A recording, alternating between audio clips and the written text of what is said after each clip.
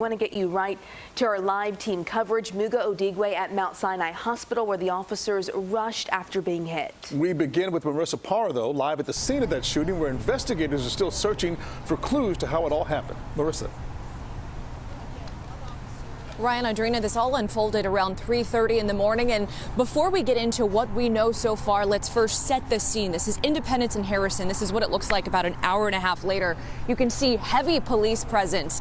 And if we move the camera over to the left, what you're going to see, this is outside of original Maxwell Street. And there are two cars that are within the perimeter of that police crime scene tape.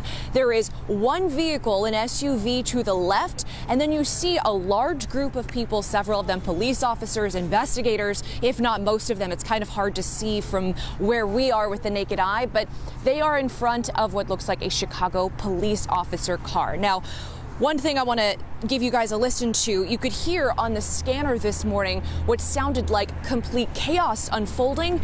And what you're about to listen to, it sounds like this is potentially one of the officers that was shot.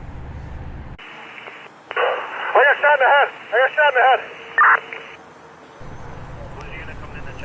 As we mentioned, this all unfolded at Independence and Harrison.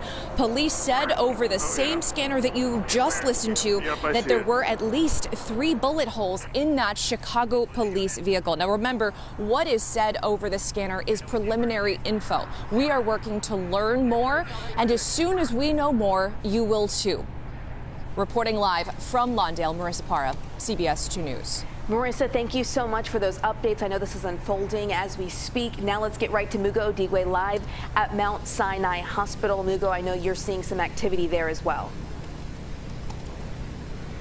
Yes, a very active police presence in the terms of the fact that when you look out right now, you can see a lot of police cars just parked out here. You got marked police cars and unmarked police cars. We've seen some of them a little further inside. They're parked inside that parking lot that is in front of the emergency room area. Again, it's still very, very unclear right now exactly what led up to the shooting, how these officers were shot. We know 2 of them shot.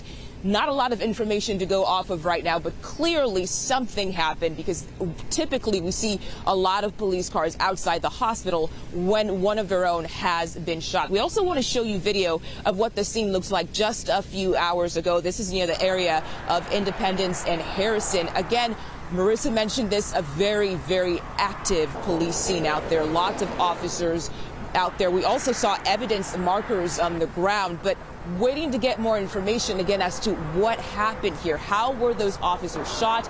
How were they injured? Back out here on the scene again, as I said earlier, a lot of officers. We've seen some coming, we've seen some going, we've seen some standing outside. That is exactly what is happening out on the scene right now. We are waiting, hopefully, to get information from police about exactly what happened. Typically, we tend to hear from Police Superintendent David Brown.